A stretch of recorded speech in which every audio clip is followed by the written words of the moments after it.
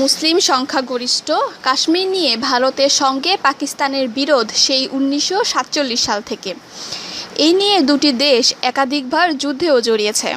সর্বশেষ ভারত অধিকৃত কাশ্মীরে সেনা ব্রিগেড দফতরে বিচ্ছিন্নতাবাদী যোদ্ধাদের হামলায় ১৮ সেনা নিহতের পর ভারত ও পাকিস্তানের মধ্যে উত্তেজনা ছড়িয়ে পড়েছে। ভারত এ ঘটনাকে পুঁজি করে হামলা চালাতে পারে এই আশঙ্কায় যুদ্ধ প্রস্তুতি নিয়ে রেখেছে পাকিস্তান সেনাবাহিনী। ইতোমধ্যে ছোটখাটো মহড়াও সেরে নিয়েছে তারা। পরমাণু শক্তিধর দেশ দুটি শেষ পর্যন্ত যুদ্ধে জড়িয়ে পড়লে তার সম্ভাব্য পরিণতি নিয়ে শঙ্কিত সমর বিশেষজ্ঞরা। এছাড়া যুদ্ধে জড়িয়ে পড়লে দেশ দুটি নিজেদের ভান্ডারের কোন কোন অস্ত্র নিয়ে প্রতিপক্ষকে ঘায়েলের চেষ্টা করবে তাও একটি ধারণা দেওয়ার চেষ্টা করেছেন তারা।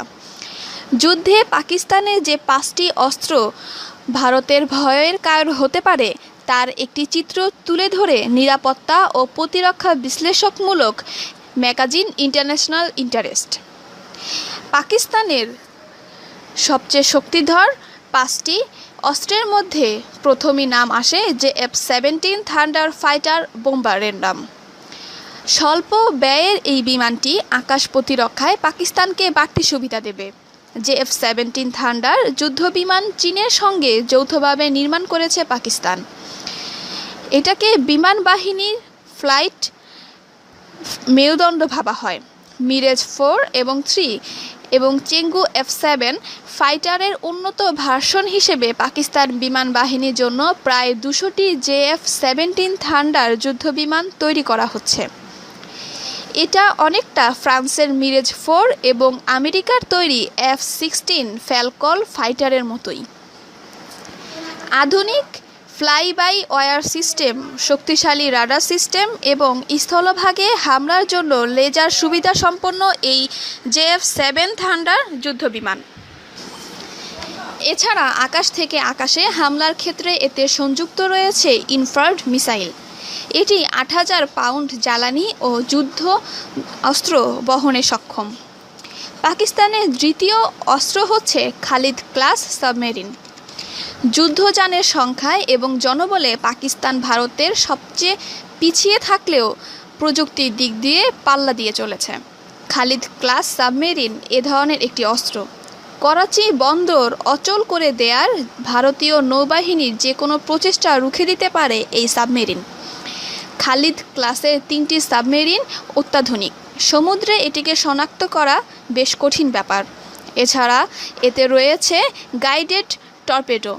F-17 মোড 2 টর্পেডো 20 কিলোমিটার দূরত্বের লক্ষ্যবস্তুতে 250 কেজি ওয়ারহেড নিয়ে হামলা চালাতে সক্ষম। এতে রয়েছে জাহাজ বিধ্বংসী ক্ষেপণাস্ত্র। পাকিস্তানের তৃতীয় অস্ত্র হচ্ছে পরমাণু বোমা।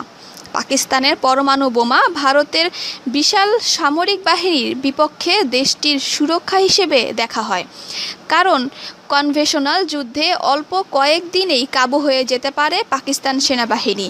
তখন নিরুপায় হয়ে তারা হাত বাড়াবে পরমাণু অস্ত্রের দিকে, আর এটাই ভারতের সবচেয়ে ভয়ের কারণ। পরমাণু অস্ত্রের সংখ্যার দিক দিয়ে পাকিস্তান ভারতের চেয়ে এগিয়ে। পাকিস্তানের পরমাণু বোমা সংখ্যায় ১২০ থেকে ১৩০টি, যা সংখ্যায় ভারতের চেয়ে 10টি বেশি হতে পারে। এছাড়া পরমাণু বোমা সহজে ব্যবহার উপযোগী করার ক্ষেত্রেও দেশটির বিশেষ কৃতিত্ব আছে।